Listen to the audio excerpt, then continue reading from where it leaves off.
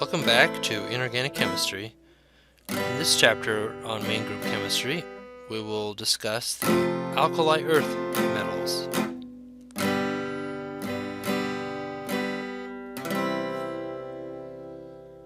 So again, we have a guiding framework to help us understand the periodic table.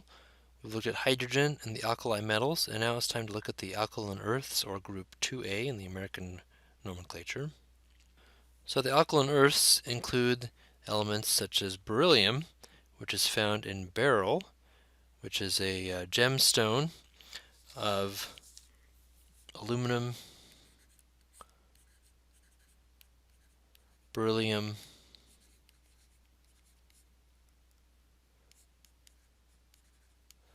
silicates, and it comes in different colors. As you can see in this image, the green beryl is known as emerald, and the different colors are due to different impurities, different metal ions in the aluminum beryllium silicate lattice, and next week we'll talk more about the silicate structures. So beryl's been known for a long time, and actually the name alkaline earths is similarly derived as the alkali metals.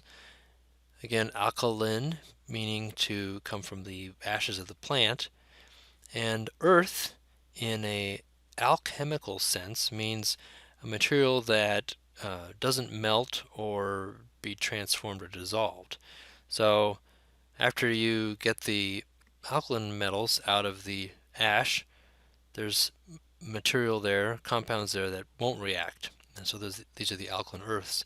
We would now call them refractory materials.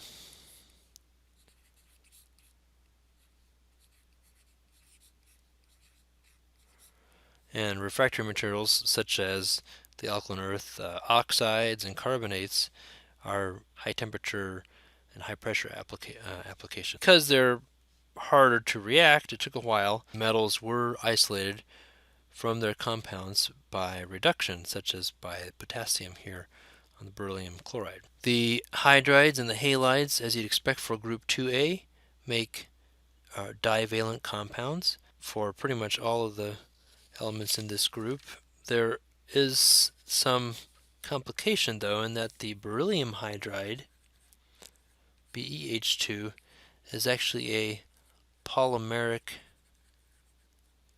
compound because of covalency, as we saw in the alkaline metals. The uniqueness principle with the lithium causes polarization of the anion and therefore makes that bond more covalent. In the same way, beryllium is highly charged, the unique member of this group, and it will make these bonds more covalent.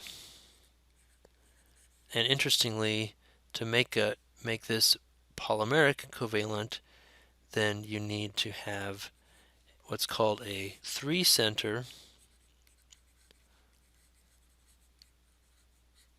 2-electron bond. And we'll see more examples of this type of bonding when we look at boron chemistry later on.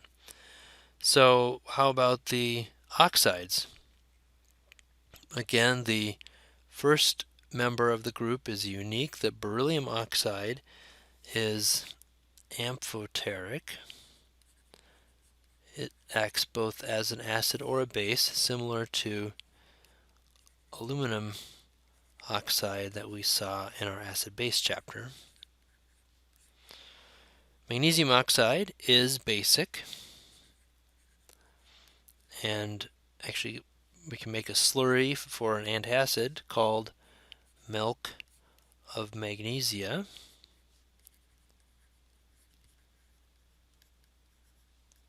Calcium oxide is also basic. It is called lime.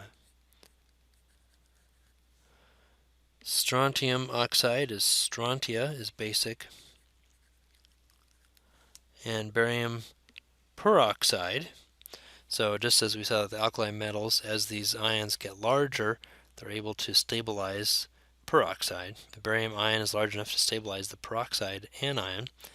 And this is basic, but it's also the starting material for the 1,2 lect23 superconductor we make in lab. Now let's look again at beryllium, its unique chemistry. Beryllium chloride, as we said, is a dihalide, but also, like the dihydride, it is a covalent type bond. And actually, we learned this in general chemistry. This is our steric number 2, and so it's a linear molecule with a bond angle of 180. Well, how can beryllium do that? If we look at the atomic orbitals, the 2s and the 2p on beryllium, it has 2 electrons here in the 2s. So how can it make a bond? Well, it can hybridize to make a sp hybrid, and now those 2 electrons are shared on 2 degenerate orbitals, and we know sp hybridization leads to a linear or 180 bond angle. This is in the gas phase. In the solid phase, beryllium chloride makes a polymer, covalent polymer, kind of like we were talking about with the beryllium hydride. So we have our beryllium chloride linear molecule, but it's going to stack next to another beryllium chloride such that this lone pair on the adjacent beryllium chloride can donate to the beryllium. So this makes a